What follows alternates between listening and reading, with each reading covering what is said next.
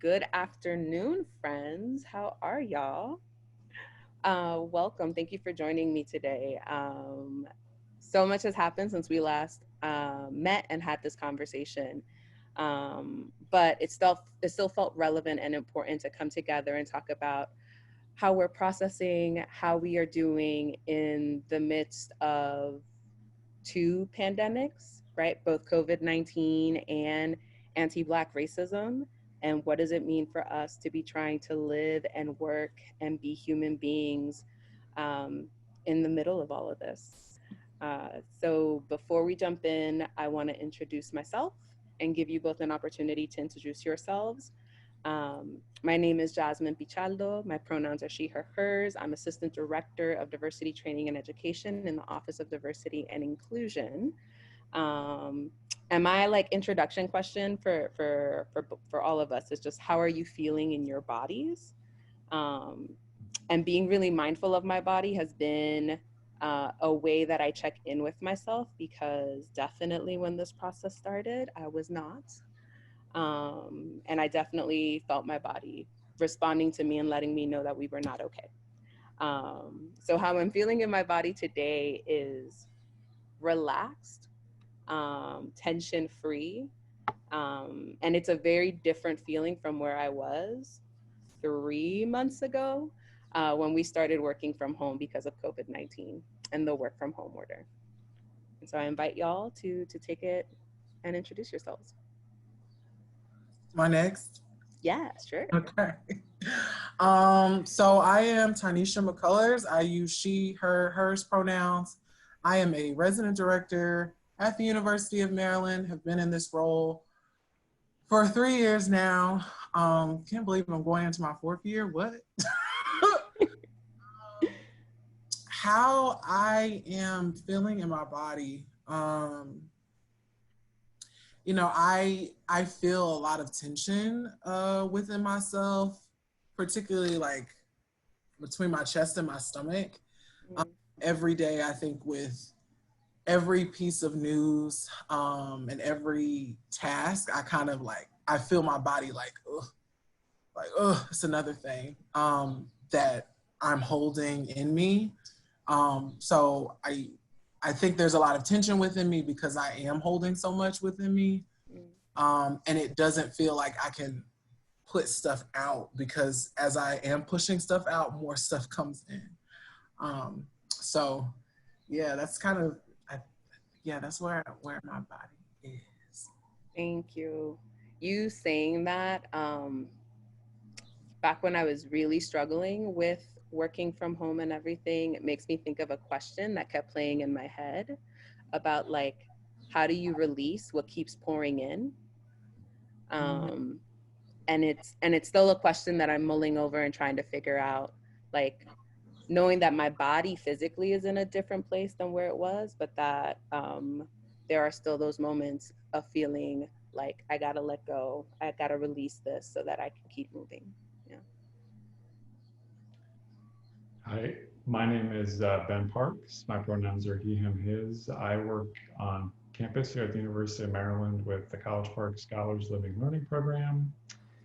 And I'm feeling a lot in my body today, actually. Like I've been zooming around and I can feel the palpable anxiety from our colleagues. Mm. I did some focus groups in the last couple of days, and it was both beautiful to see students and to feel their energy because I realized also like I got into this to be with students and I haven't been seeing them. Bless our colleagues, but a little bit too much of that time. And I realized just how much I feel like I'm carrying in that way. Like I feel a sense of responsibility to our students, and I don't know that we're living up to it. And so I need to like, as I'm saying that out loud, I need to sort of give myself that like, Ben, you don't need to carry all this. Like you can name it, you can critique it, you can work, but this isn't yours, Right. and acknowledge where that comes from. And I'm sure we'll unpack that as we move forward. So I'm feeling a lot of that sort of anxiety sort of as a vessel, some of my own anxiety, I suppose, about the uncertainty for the future, and candidly for sort of where are we at right now with Black lives? Okay, like we're a month after George Floyd and we're sending emails, but what does action really look like? Right. That's a question that I don't have answers to. But similarly, I'm just like curious about what it's going to look like and moving forward for Mhm. sure. I want to share that, like, what inspired this conversation, besides just struggling to keep working initially, like forcing myself to keep going, to keep acting and behaving as if what was happening in the world around me wasn't affecting me, right? That if I could control like my little corner of work, that that was going to sustain me and get me through. And it was actually Tynesha, your away message or initial away message when we first started working from home, um, that gave me that moment of like, oh, I get to pause, I get to slow down. And so I want to read it to folks and read it out loud, and just ask, just what inspired you to put this together, to feel like it was necessary for people to hear this. So the subject line was pause, process, and be gentle with yourself. Hello and thank you for your email. As you might be aware, we are in the midst of a pandemic that means various things for people. It might mean that you are sick, someone you know is sick, jobless, bills can't be paid, housing and or food insecurity, and mental emotional health issues.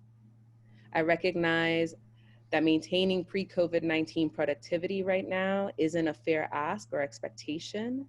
Because of this, I am sincerely encouraging you to pause and allow yourself space to process in whatever ways feels most sufficient to you. I guarantee you the most projects, assignments, committees, organizations, etc. will be here when you are ready to return to them. There's no need to feel like you have to rush. Urgency can induce stress and create more issues for yourself. I also know firsthand that performing optimism is exhausting and can take a toll on a person, so don't feel like you have to be optimistic at all times. Lastly, my plan is to follow what I am asking of others above while continuing to serve you as best as possible. Take care of yourself and protect your peace. With sympathy and compassion, Tynesha McCullers. Mm. Like, Mm. I I paused. I saw that auto response and I was like, thank you. In my head, I really said thank you. And this was back in March, right? So we've definitely had some time. This was also before Black Lives Matter protests started picking up. But even today and now, I'm like, this message keeps ringing in my ear. And so I wanted to ask you just what inspired you, what compelled you to do this? Why did it feel necessary? Well, can I honestly say, having it read aloud to me, felt like I was like, oh God. Oh, um, like you know, even though it's you talking, Jazmin, it felt like, oh, it's like I'm talking to myself. Um, because I haven't read it in a while. I think I read it after I wrote it, and then I just kind of put it up. I had a couple of eyes on it, um, but what brought me to that? You know, honestly, a lot of it was me not seeing anything anywhere. Um, because I felt like even back in March, there were a lot of like emails about like, you know, everybody's working from home until this time, and like make sure you're completing your time sheets, like business as usual kind of stuff. Um, and I didn't feel like anybody um, who at least had access to me was really saying like, we're in a pandemic, like for real, like this is what this might mean. I think, you know, part of it was we were all assuming that we all knew we were in a pandemic. And I was like, I'm not going to assume that of people. And even if I am going to make that assumption, I also want to be assuming other things with that, right? Right. With the pieces of like, you know, you're sick, somebody else is sick, you can't pay bills, like your mental health. And, you know, I'm like, there are a lot of things that are happening in the midst of a semester. Um, and particularly in my role as a resident director, I can't, you know, I have folks living on. And we had some folks stay for emergency housing, but I was like, no one is saying like, quite honestly, can I curse up here? Can I curse on I mean, keep it PG because I guess this is an ODI it? Okay. situation. I was like, well, you know, like, no, nobody is saying that this sucks, right? That the stuff that is happening right now sucks. No one's saying that. And I'm like, I just want to be able to say it sucks. And so honestly, it started, ironically, it started as a letter that I sent to all of the students that I have contact with. I've participated in alternative spring breaks, and I've advised different groups, and I supervise students. And so I was like, I'm going to send a message to all of those students, right, who are connected to me. And it was similar wording, obviously more geared towards them. And after I sent the message to them, I also offered time in my schedule for them to like meet with me if they wanted to. And I was like, I should also say something to my colleagues, but I don't, like, sending some one-time message feels weird. Like, I'm gonna make this an auto reply. Like, you know, if people email me, they'll get this response. And hopefully they'll read it, and hopefully it'll be what it was for you, Jazmin, of like, oh, I need to slow down. And also selfishly, I was like, I need a break. I also need to slow down. Like, I'm exhausted. I'm trying to, you know, keep pre-COVID production. Like that is exhausting me. And I don't know how to tell other people to slow down. I don't know how else to do it. And writing tends to be one of my favorite ways to communicate. And so I was like, I need some space. I need a break, and I need to pause, and I need to process. I need to also be gentle with myself. And it was like I don't want to say a call, but it was very much, this is what I'm doing. I don't know what everybody else is doing, but this is what I'm doing. You know, maybe you would want to do it too. It's up to you. Yeah. I mean, what I love about it is that it wasn't just a reminder to slow down. Like, it actually gave me permission. And I think it gave, like, us who are connected with one another, right, who are in friendship and in community with one another, like, the space to feel like we could talk about it openly, right, and to talk about like how exactly we are processing this particular moment. How are we feeling? Some folks, like the two of you, right, have found ways to make something meaningful out of this time. And you both have modeled that in different ways, and want to like open the floor for Ben also to share. But that is what resonated with me, is that like that I needed permission from someone else to feel like, oh, it is okay to feel this way. It is okay to care about my job and want to do well, but to also prioritize and care about myself. Um, and so this was back in March. So I want to, and we are still working from home. We are still in the middle of COVID now, with national movements for Black lives, in the middle of re-entering or reopening the state and coming back to working on campus. And just wanting to ask both of you, like, how have y'all been processing this experience since the last time we spoke about it, or had a chance to check in. And yeah, and Ben, if you can share, because I know lots has changed for you.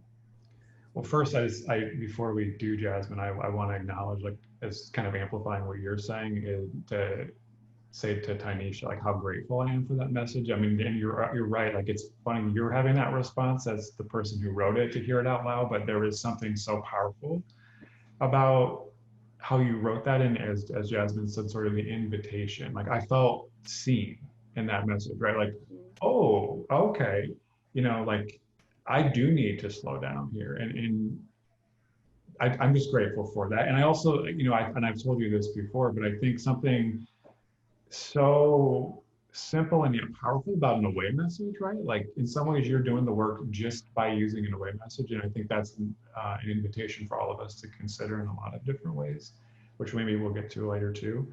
Um, I also, in mindful, and I told you this at the time, when I first got that, I forwarded it on to a bunch of people, and I received back similar to what Jasmine's conveying, and sort of that same sense of, like, whoa, I needed that. So I was curious, like, what did you hear in response? Like, as you said, you sent it to students, it was your away message for a number of weeks. Like, what kind of response did you get, and how are you making meaning of that now as we are sort of in this?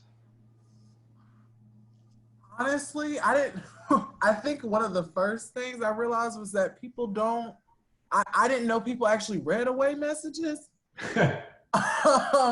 Well, like, when you got that subject line, right? I mean, that's fair. That's fair. Because it, like you said, Ben, it is very much something that I think we do routinely. When I'm out of the office, like pre-COVID, when I was out of the office, I would just put up an away message, like, "Hey, I will be out until this time, like, and I'll see you back at this time." And so, I didn't know people actually read them. And granted, it's not lengthy, but it is kind of lengthy. Um, and so I was honestly surprised to get replies to the away message. Um, when I sent the message to students, a lot of them were like, "Thank you for, like, seeing me," right? Like, I had to go home, and no one has said anything to me. None of my professors have said anything. No one has, like, no staff that I'm connected to has really said anything, because we're all in it. And so the students had very positive feedback about it. And I should, add that when I was writing for the students and before the auto reply, which is very similar to the students, I actually had students look at it. Two of my RAs, I think I can say their names, Jonathan Garcia and Candace Hopkins, actually looked over it, because I said, I want to make sure that I'm not saying something that could, not be helpful or can be very impactful. So, like, what are your all's thoughts? And so they reviewed it before I even sent it to students. And I'm like, and if it's okay for students, I think it's okay for staff, for faculty, or whoever emails me. And I was starting to notice, as folks were being productive in different ways, a day or so would pass, and then somebody else would be like, "Oh, I just got this reply, like, yes to this reply," or "Yes, girl, like, what? Like, what is all of this?" And so it was a lot of positive feedback about it. And, I didn't think that it was, that grand. Or even then, as you put it, as like doing the work, I was like, I'm just trying to, ask for people to be patient with me, because I'm struggling in this pandemic. I didn't think folks would, like, receive it as, like, permission, as like, I didn't think of it that way. I thought people would see, like, "Oh, Tanisha needs some space. Let's, whatever." And there's only been maybe, like, one question of, like, "All right, like, why did you put this up? You know, folks might be getting the wrong idea about like who you are by reading it. They might assume that you aren't being productive or you're not willing to um, do your job effectively or something like that. And so outside of that, it's been completely like all positive for the most part, but I do want to acknowledge that, you know, I recognize that some people um, might feel like it's an ask that's not appropriate, really based off of where I'm seated. So, um, yeah, those two. The other thing I have to say is I heard it back and it hit me again. I remember being hit the first time about the performative optimism piece, you know, this idea. And I think as a white person, realizing the connection of the way, you know, as I reflect a lot on like growing up in the Midwest and sort of nice culture and the ways that that perpetuates white supremacy. And then hearing, I mean, I was like, oh, damn, like the ways that I'm ignoring, or am I sort of trying to just kind of plow ahead and keep going? And like, if I'm optimistic, I can kind of help bring everyone along and realizing, no, like there is real power in naming what is happening. We are in a pandemic and we are working from home. We are not, you know, or we are at home working as opposed to working from home. Like the language is really important. And I appreciated that reminder. Um, and I imagine, again, I think that's a powerful way. And that's why I say doing the work, right? Because you're bringing in elements of social justice work that are not just about like, oh, and I take a pause, you know, because I can see someone maybe doing like a version of this that would have been sort of generic, but I thought that really brought in um, more critical thought and really challenging people to really slow down and do that reflection, which I appreciated. So I'm grateful. Ben, can you say more about like how this notion of like positivity or even toxic positivity um, is connected to whiteness for you and white supremacy? Um, because I want to be mindful that like there may be folks that are just like, what do you mean? How is niceness connected to whiteness? Totally. Right? How is it connected to productivity? Yeah. Totally. Um, let's just do the work. Let's go there, right? So You opened the door. Let us I walk mean, us through it. it's funny because as I was thinking about having this conversation about productivity, you can't help but think about capitalism, right? So like sort of the ways that I have been social. I was saying to us in the United States context have been socialized to think about productivity is through the lens of capitalism, and sort of I think about then the collision of whiteness, of white supremacy with capitalism sort of fuses together and creates this idea that like productivity, you know, and it forces us into being more individuals in our society. So like, okay, like my individual sorry, I'm like totally looking at this part. My individual self here is more important than sometimes in the collective, and so the individual acts for me as a white person are centered in the workplace as opposed to thinking about the collective nature or whatever. And I think that as I think about the ways that white niceness can be a barrier to equity, and specifically around racial equity, is it can be, oh, I didn't mean that, or oh, it can be minimizing. It can be a way to center ourselves as white people in the culture. Like, oh, like I'm just trying to do my best here, and whatever. And so I think that like that reminder about this idea of how Tanisha framed it around performing positivity, right? That like, oh, like we're all in this together. And it sort of ignores these structural realities of our daily lives. And that's for people across all identities. But I think the ways that whiteness centers itself in these conversations then perpetuates, and again, tying it into capitalism, right? So like, okay, as long as we're productive, we're going to kind of set these things aside because we need to move forward. And it's such a toxic combination because we don't tend to, and then it affects things like our health, our mental and physical well-being. It affects the the relationships between and among people. It has a very real and significant impacts on people's lives, right? I mean, as we're seeing now, and again, maybe this is a segue into talking more about anti-Black racism. Um, and it operates, and the pernicious nature of it is that it operates, and that as white folks, we act like we don't know what's going on, and Mm-hmm. yet we continue to perpetuate that. So for me, as a white person who was raised in a nice family, right? Like, oh, like, well, I'm just being a nice person, and really having to interrupt that, like, it can be a both and, like, you are a nice person and what's going on there, like how are you Mm-hmm. using it as a detour to really talking with a clear mind about, like, okay, what actually is happening here is racist, or what is actually happening here is perpetuating systems and structures that adversely impact Black people, and Mm-hmm. being able to name that with clarity and being able to identify that, right? And Right. um, that I've seen so many different conversations shutting people down. And that's both white allies, but particularly Mm-hmm. Black people and people of color in conversations around race. Like, oh, well, you're, you know, we're just having this conversation. So anyway, I'm going on way too long. We can edit that down, hopefully.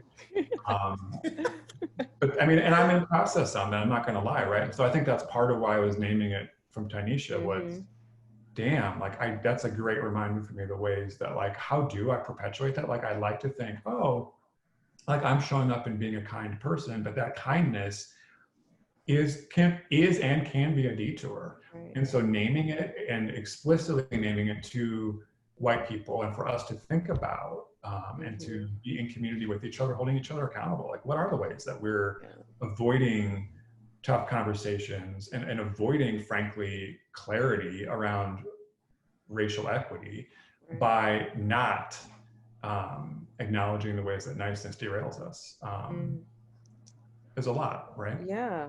Yeah, I hear that completely because I think about like the ways that niceness allows us to have these very superficial relationships, right? We don't actually have to connect with one another. That it's not nice to talk about race, right? And so, in that way, for white folks, it is a way of distancing yourself from having to deal and reckon with those realities. That to genuinely ask someone like, how are you doing, how are you coping, how are you managing, requires a level of genuine emotional investment in that person that I think we are taught both in the workplace and even just in daily life, right? To like to not invest so much in people, right? To not get that invested. And so yeah, I definitely see that there are ways that this niceness is connected to having these very superficial relationships that prevent us from having genuine conversations about like the fact that there are multiple structures in place right now that are impacting us differently in the midst of COVID, right? In the middle of um, right these national protests, that it is primarily black folks that are out there that are protesting not only for like our livelihood and survival, but also for the livelihood and survival of everyone else.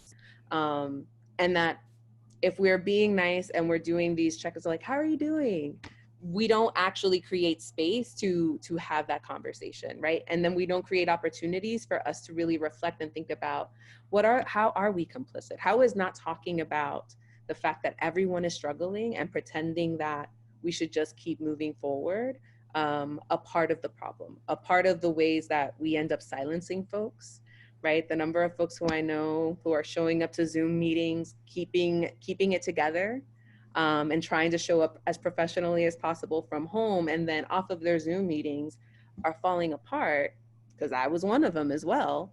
Um, it's it's mind blowing, right? That then we leave people to carry that hurt and that pain and anguish on their own as we say that we care about them, as we say that we're a community. And so really thinking about like what is the community that we're trying to build, right? Who are we as a community and how do we show care for one another? um, which I think, to your point, is absolutely antithetical to the ways that whiteness works and functions. So thank I you. appreciate how you frame that, Jasmine, and like to use an example. I noticed this really early on in the pandemic in calls, or there was this sort of awkwardness in the way that it was operationalizing. It was very white. Like it was very much like, what are you all doing this weekend? You know, and it was like, again, we're ignoring the reality of literal health crisis, right? A worldwide pandemic. And so like, again, that Tanisha inviting us into that, like, no, we're going to name. And I think that's an important part of social justice work is just simply being able to name the dynamic. Otherwise, we're talking about what movies we're watching on Netflix, and we're not getting into the actual pain or the, again, your email laid it out so beautifully, the food insecurity, and that's how whiteness operates, right? And again, many white folks would look at that and say, oh, but I didn't even think about that. We were just trying to check in with each other.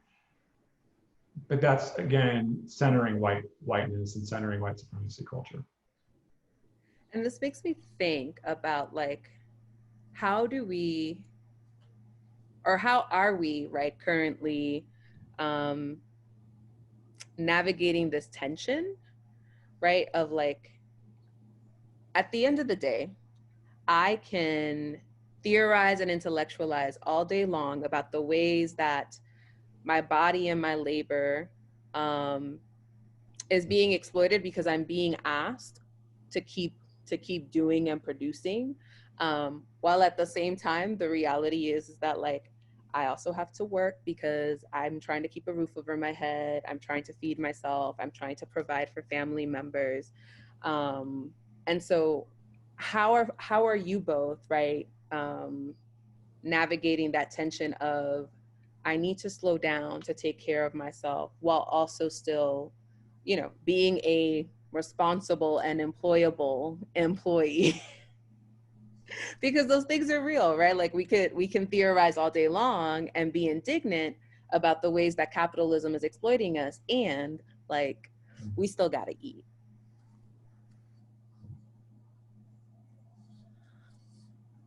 Ooh, how are we not theorizing? That is a huge ask.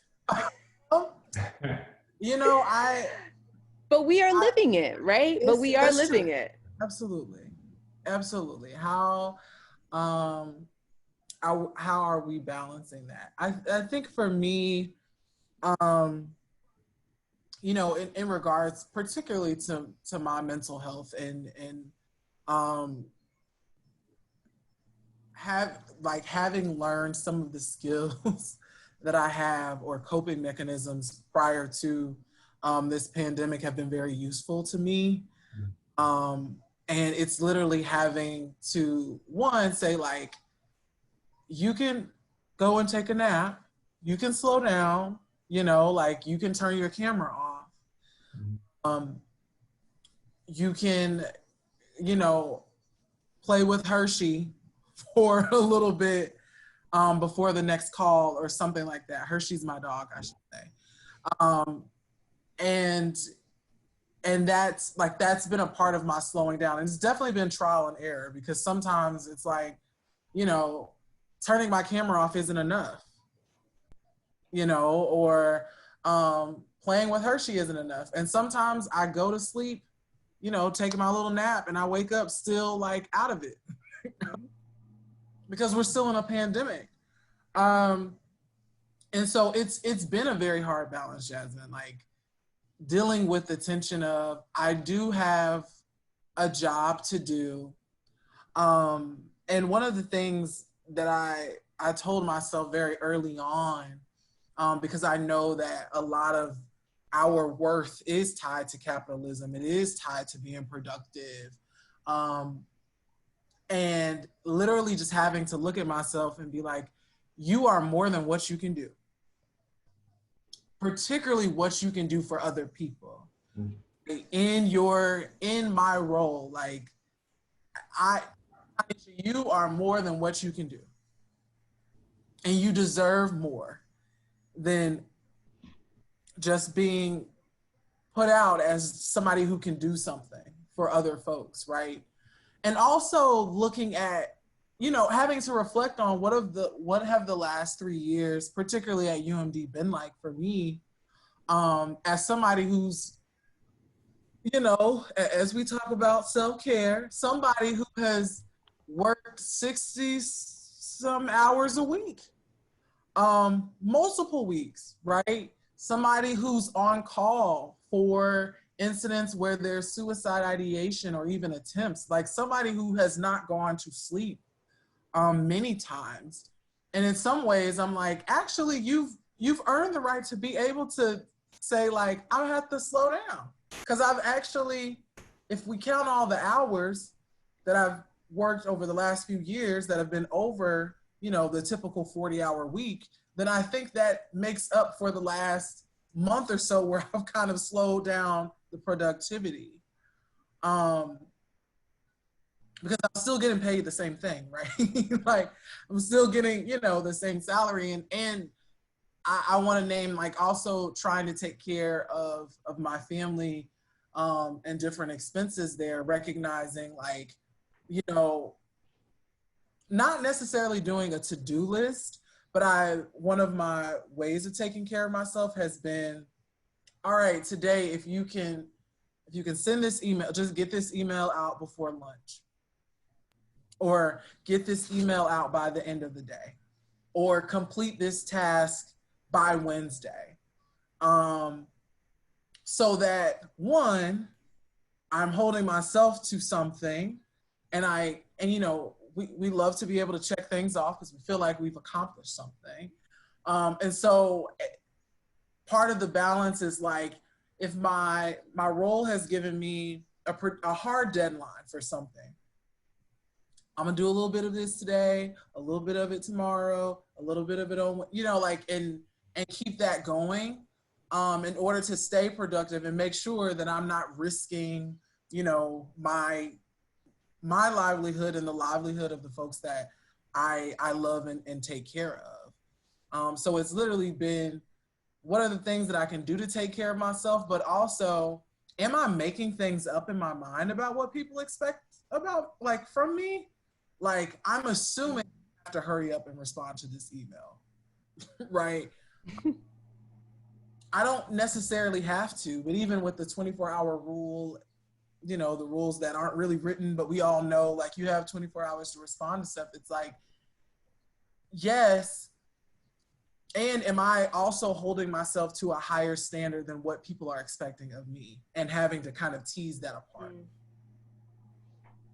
Thank you. Right. So thinking about like what are your standards and expectations, and are they aligned with what the standards and expectations are for like your unit or your team?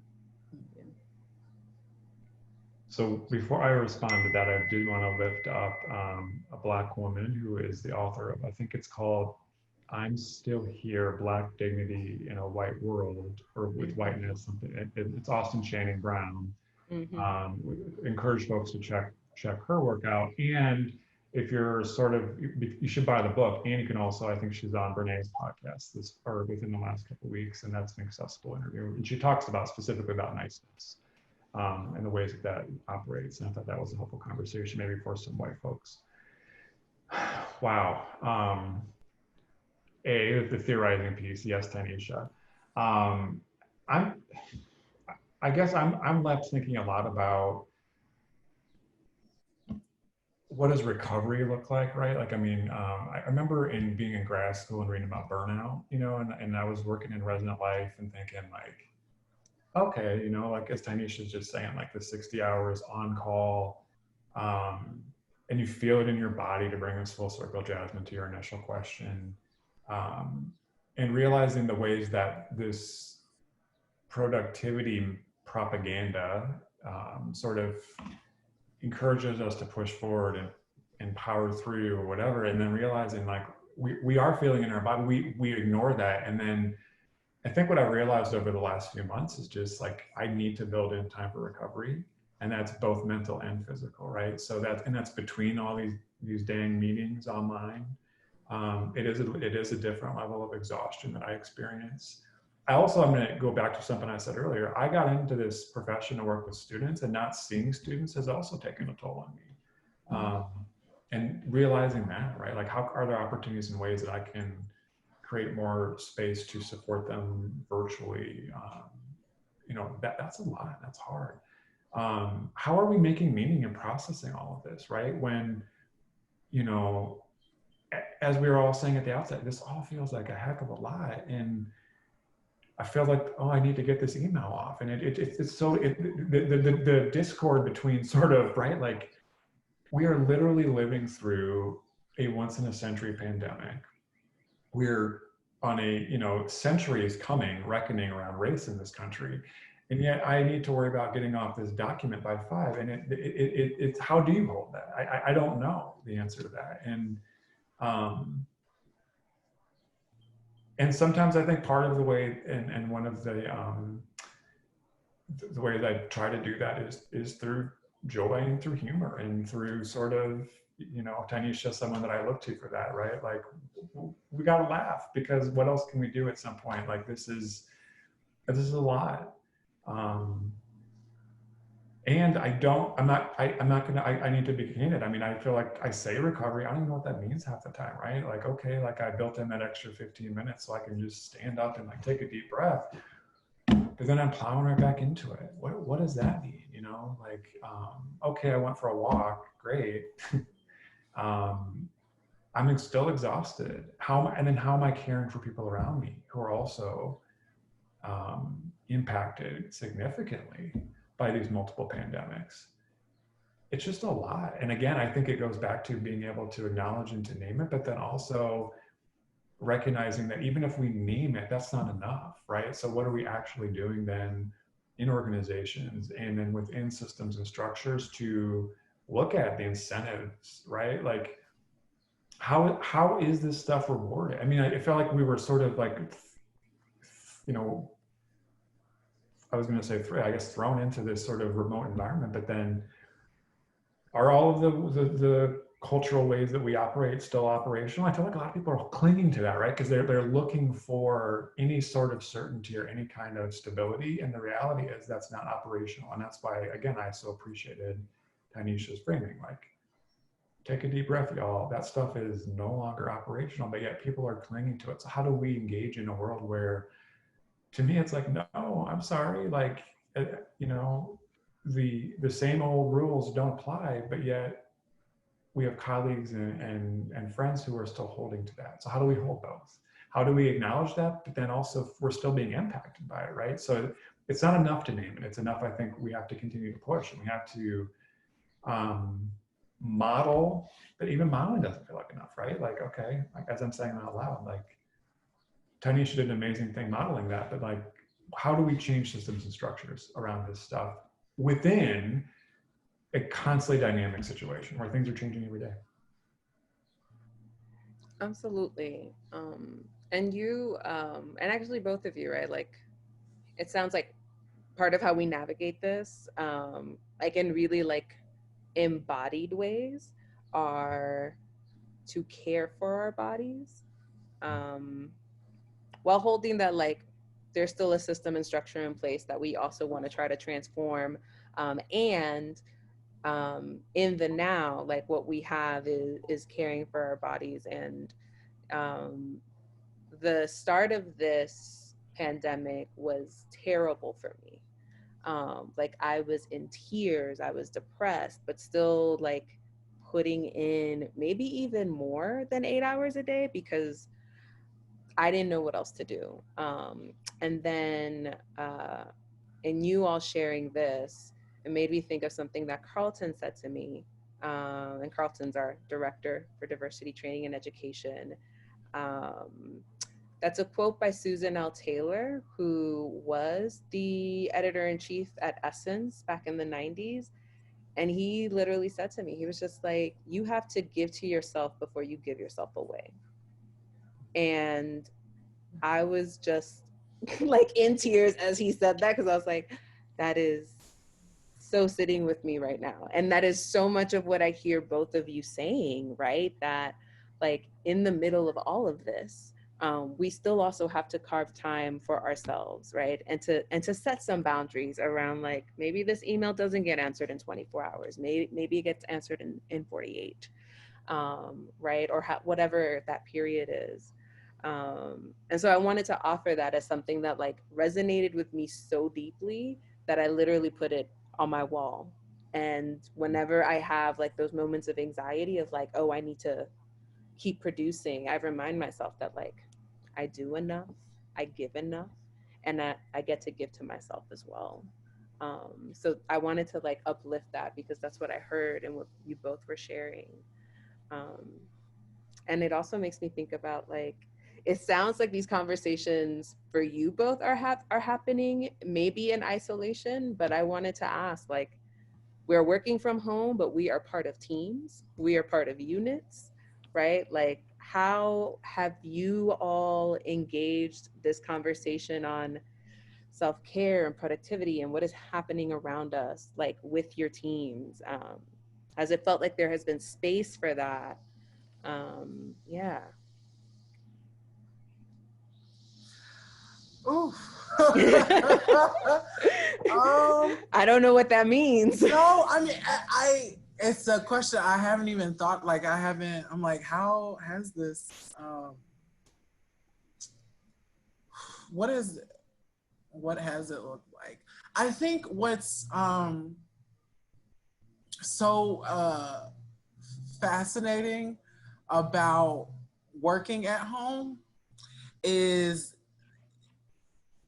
trying to, like I don't know how to really get to it, but it's one of those things of like I am having to be very vulnerable and bare myself to people that I've never had to, right? Um, every meeting that I'm in, if folks that are in my unit and out of my unit, I'm like, I, you know, I have let you into my home, right? Um, whether we talk about that or not, it is interesting that a lot of us have been in each other's homes now. And you know, pre-pandemic, you probably wouldn't have been into a lot of people's homes, even if you're only getting a certain frame of their home. You're in my home now. And when you're in my home, you see how it's decorated, you see what's in here. And there are stories that, based off looking at each other's backgrounds, that we tell, like, tell ourselves about, like, oh, you know, Jazmin has this in her background, so it must be this. And Ben has a lamp in the corner, so he must like light this way. And, you know, and I've found myself trying to figure out, like, where are people? And I imagine like people are looking at me like, where is Tanisha at? In my home. And there's something very hard about having to be vulnerable and it not feeling like a consensual thing. Like you know, the pandemic is definitely something that we don't have any control over.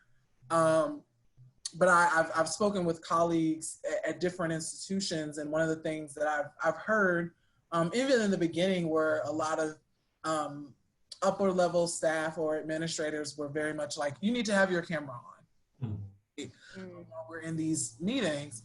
And, you know, and obviously there are stories that get told about like why you don't have your camera on, and as well as stories that are, you know, told about when your camera is on, like what's in your background. Right.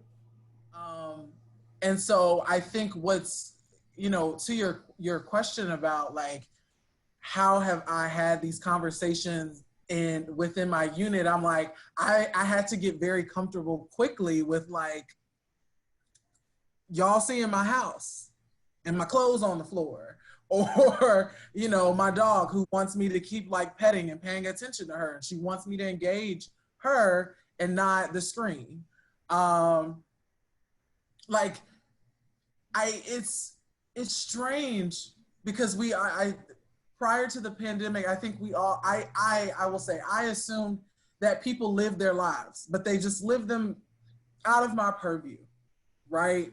Now I'm like, oh, like y'all, you actually have a place that you go to, and this is your kitchen table, or This is, your couch or wherever you're at. And I had to get very comfortable with my coworkers just seeing, like, all right, this is where I'm at. This is what it really is. I didn't put on makeup today. Like, I still got on my bonnet. I on a scarf. Like, this is what it is this morning because I'm at home. And I think I should say, like, you know, before this, my home was my sanctuary. It was my place where I did not allow work. Like, work was just not coming here. You know, I have an office. My office is where I do the work. When I come home, I'm not responding to any emails.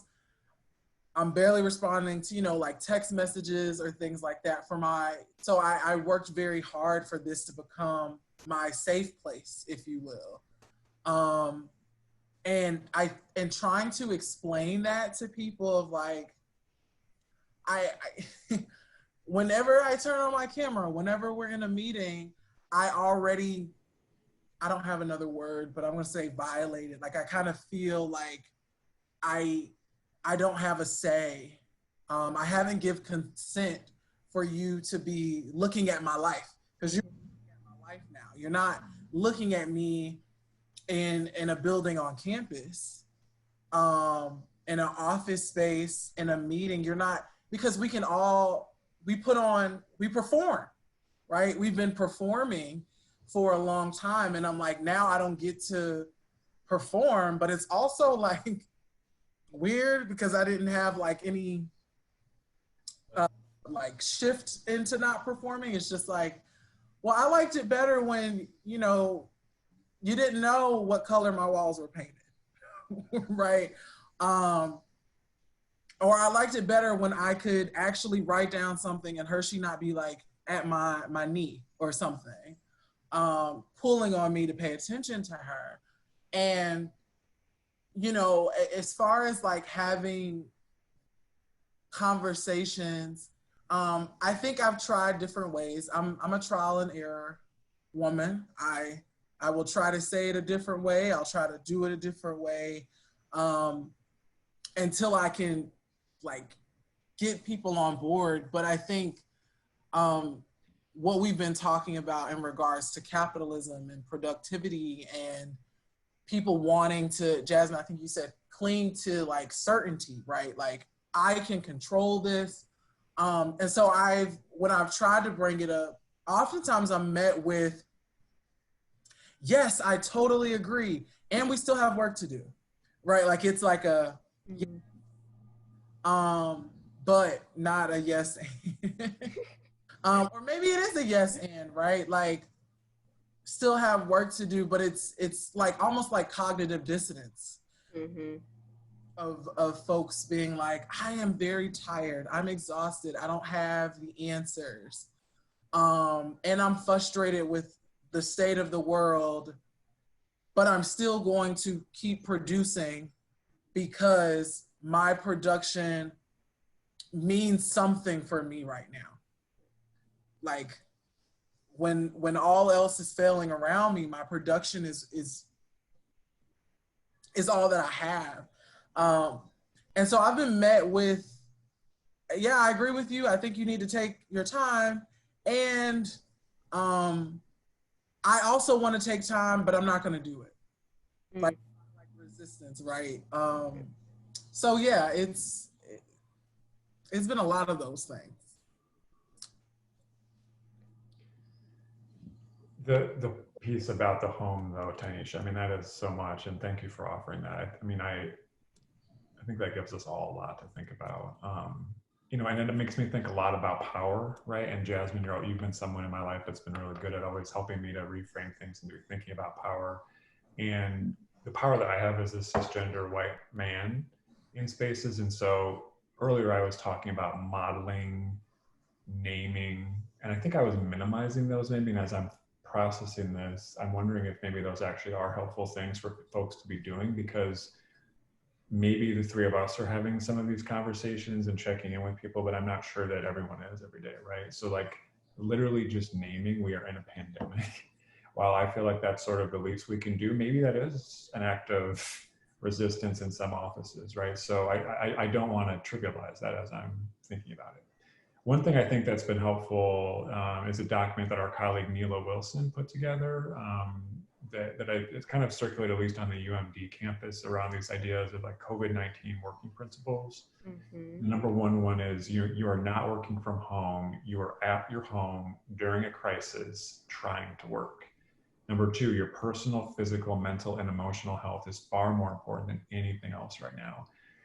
And I think it was within a week or two of the pandemic. And I remember being in this faculty meeting and just offering that up. And it was like, oh, like again, it's sort of, and to use a phrase I heard both of you saying earlier in different ways, right? It's sort of giving people the permission to acknowledge what is the reality and how messed up that is, right? And so again, I think we have to really do the work around thinking about how, again, capitalism and how white supremacy perpetuate a culture where simply naming what we are all experiencing in very different ways based on our identities and our lived experiences is somehow this revolutionary act. And that's deep. And I want to offer for folks to think about that. Other things I think that I've appreciated, though, again, going back to power, is when, my supervisor has told folks in no uncertain terms, like, no, you will not be expected to come back to campus if you do not feel safe. And I think that's, again, a very powerful thing to hear from someone in power. And I've noticed when she says things like that, like the way that helps people to make meaning. And I still think people feel shame about that, right? Like, well, what if I'm the only one, or if I'm one of the few people in the office that doesn't feel comfortable? What does that actually mean, right? Are people talking about me, or what are they thinking about me? So I think that one of the things that I'm aware of, or as I make meaning, as I've processed with a lot of colleagues, is as we move forward, the last 2 months or the last 2.5 months, we're very clear, right? Like, stay home, 6 feet, mask. We could all recite it in our sleep at this point. Now we are in this period of great uncertainty. We are in a period of, again, like, I feel important to be protesting. I feel it's important to be out there raising our voices, and there are real health implications to that. So it feels like all of a sudden there is no script. There is no 5 COVID principles, right? It's like, we're making this up as we go along. And I think that everyone has experienced significant anxiety, and along with that anxiety can come shame, and can come feelings of like, and I think again that one of the ways that this is pernicious is that somehow our self-worth is tied up in productivity too, right? We're like, I just am not feeling it today, or and again, to your point, like I didn't respond to that email within 48 hours, and like somehow that makes me just, and the ways that we allow that to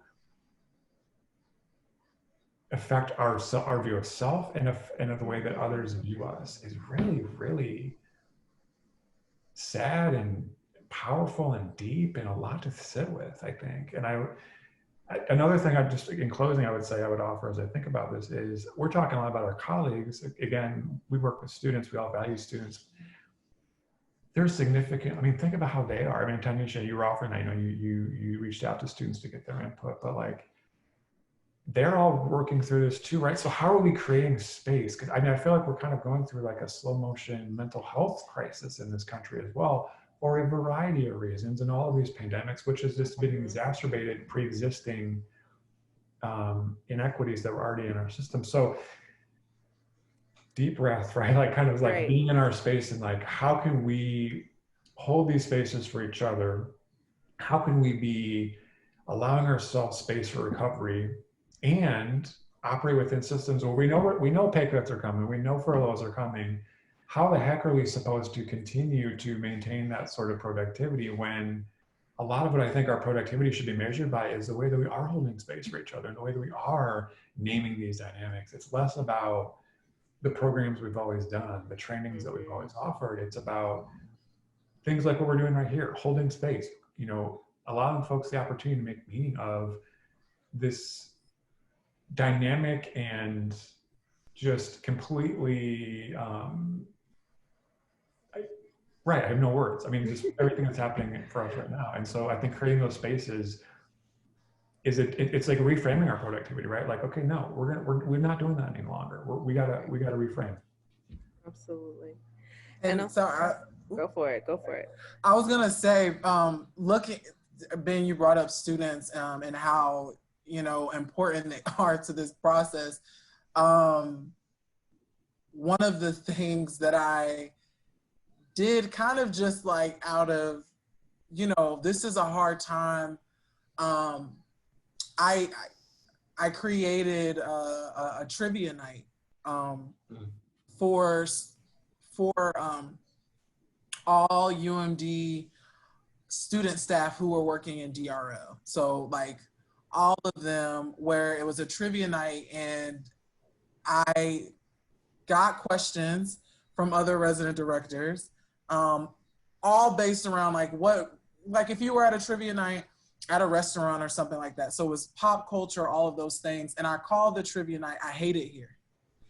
Um, and I made like a little flyer. I used to be an RA, so I was an RA years ago, but it was interesting to like get these students on Zoom and see them, and us do this I Hate It Here trivia night, and the prizes were money. Like this is money coming from me. And then the second time I had done it, someone else had like donated money towards it. But it was something for students to be able to do and participate in that was going to benefit them in some kind of way, potentially. Right? Like I can see other people, and I might be able to get money, right? Because the reality is, even though I'm still working my job, I still have my salary, regardless if furloughs or pay cuts are coming. A lot of students, the last time they got a check was in March. Like the students who were working the students who were working in the halls, I'm like, that was their last check. And they may have been anticipating working through the semester, working this summer. And we didn't even address that, right? And so I was like, it's something small because I don't have a lot of finances, but I'm like, how do we bring students into this as well? And I'm like, yes, I Hate It Here sounds funny. It was something that I pulled because I heard a lot of students saying it, like, oh, I hate it here. I hate that I have to be on Zoom. I hate that I have to do class this way. I hate that I have to be back at home, right? And I was like, all right, I hate it here. Let's put it together. It's catchy, and let's try to get you some coin. Right. And I appreciate you sharing, both of you, right? Sharing that, because one of the things that we need to be talking about is that the next pandemic is going to be like the mental health crisis of living through this, right? And that we are going to need support, our students are going to need support, and that the long-term effects of COVID go beyond like fears of getting sick, fears of losing family, right? It's also people lost their livelihoods during this time. The unemployment rate skyrocketed. Like we were just only now beginning to recover from the 2008 recession. And now here we are in a pandemic that has had, for some of our students and quite a few of our students, and even for some of us, right? We work at the university, but like if we have partners who are working elsewhere who may have gotten laid off, right? Like the financial hit that folks have had to take because of this moment, right, are going to be long lasting. And so things like this, where we need to be innovative and thinking about like, how do we get resources back to students? How do we get resources back to us, to each other? How do we support one another, right? Like that's going to be the shift, I think, in terms of like what this productivity conversation could be, right? That like, how do we productively support one another long term, that isn't just thinking about like the next 3 to 6 months, because that's going to be some heavy lifting for all of us. Because the reality, going back to it about power, is people in supervisory roles, my experience, very often don't have any experience in terms of dealing with mental health. faculty members significant power. They're holding a Zoom session like this. A student is pouring their heart out to them, and their first thought is, "Who the hell do I call?" Mm-hmm. We have a lot of work to do, y'all, to like really think about how we can support and lift each other up in this. So I wanna get us to um, something that folks can take away, right? And so the framework that we're gradually coming to for this series um, is called, right. It's called Signal Boost, right? The framework is thinking about um, who are the voices that we want to be uplifting in this moment, that we want folks to be listening to pay attention to as we think about like what comes next, right? Who are the voices, the books, the texts, the podcasts that we want to have informing our thinking about what a just, equitable, humane path forward looks like. So who are y'all listening to that you're like, this person has helped shape some of my thinking around this and continues to shape my thinking? Tanisha with the Nami. Um, Those yeah. goes. Well, I mean, it's funny, Jasmine, because I guess I'm gonna give more of a broad answer, right? Like sort of Mhm. productivity combined with multiple pandemics. Mhm. And I would just simply lift up, I mean, I think all Black voices, but specifically Black feminist voices, you know, the voices of Black women.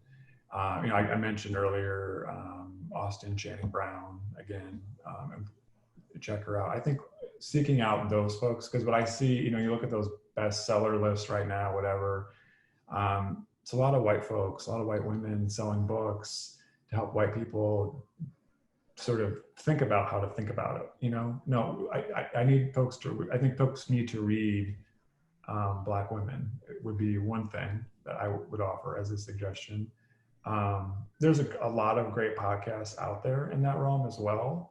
Um, if this conversation about whiteness and productivity um, is left you wondering more about those broad topics about white supremacy culture, there's a great podcast series on whiteness, which I'm going to stall and look up real quickly while I'm talking about it, that I would totally recommend um, and lift up to folks. Again, not about centering white folks, but about a great resource. It is called Seeing White, and there's a bunch of episodes in there, and they go into a lot of deep things.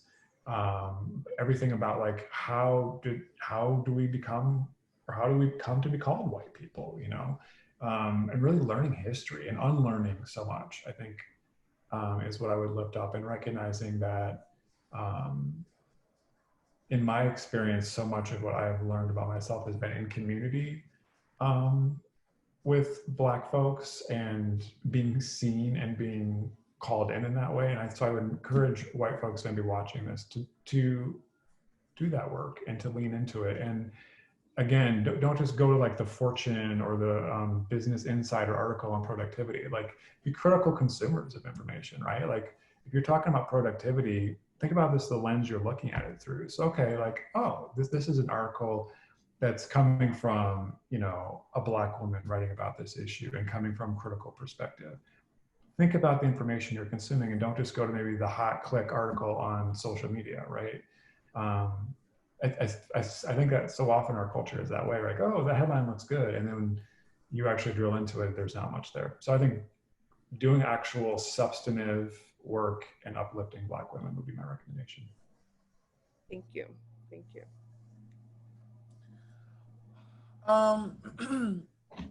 So, Black women, absolutely listen to them. Listen to Black trans women. Listen to them and uplift them and donate to their gender affirmation surgeries. Donate to their GoFundMe's. Um, and and I should honestly say, I want us to get to a place where students don't have to use change.org They shouldn't have to write petitions and get a lot of signatures or protests or anything like that. Like, we actually need to be listening to them, engaging them, and hearing them. They are smart and they've got ideas. Like, they really do. Particularly the queer, trans, Black students here at the University of Maryland on this campus, they have got a lot of ideas. And so if this is for colleagues, I'm like, we need to listen to them. We need to listen to the world that they're trying to be in, the world that they are trying to create. I'm just thinking back to like what you said earlier, Ben, about like students being the people that we serve. And I definitely feel like this pandemic has caused a lot of us to lose sight of them. They are at the core of the work that I do. And I always want their voices to be elevated. So as a follow-up to what Ben has said, students are writing on Twitter, they're writing on Reddit, they have their own blogs, they have vlogs, they're doing stuff on YouTube. And you should support them and you should actually listen to, and engage what they are doing. And they are citing historical figures. If that's really important to you, I'm like, they are citing Angela Davis. They are citing Bell Hooks. They are citing, like, they are literally putting so much out. Like, and I, as Whitney Houston said, like, I believe children are the future, and our students are. They really are. Even younger children. I know a lot of folks are at home, and some people have families. They have younger children. Talk to your children about what's going on. How do they feel about it? What are their thoughts about it? Like, doing that with our families as well. Shout out to Nickelodeon. I play Nickelodeon during the day for my dog to watch, and only to watch SpongeBob, because those are the shows that I like to watch. But Nickelodeon programming that they are putting on, the commercials and stuff, are very, I don't know who's on their team, but somebody is putting out like work. They had a whole commercial about Juneteenth and like what it is. And they have children literally up front talking to other children via, a computer or whatever, or television, and just saying like, Black Lives Matter. And I'm like, it literally starts that way. And so who should you read? Who should you listen to? The babies. Listen to the students, yes, and the babies. Listen to the babies. Because a lot of what you can get on Business Insider or something like that, or even, these websites that have really, like, independent websites that have really good content, a lot of the students are writing for them. Yeah. And so let's give them the platform. Let's give them room, and out, not just listening to them. We also have to start showing that we trust and believe in what they also believe in. So we got to start implementing the things that the students say to us. Mm. That's all I got. Thank you. No, seriously, thank you both. I am so honored to be able to say y'all are a part of my community, and you two were the only ones I wanted to have this conversation with. I was like, I know exactly who I want to do this with. So thank you. And hopefully, we might have y'all together on another episode of Signal Boost. Start our own spinoff. Yes.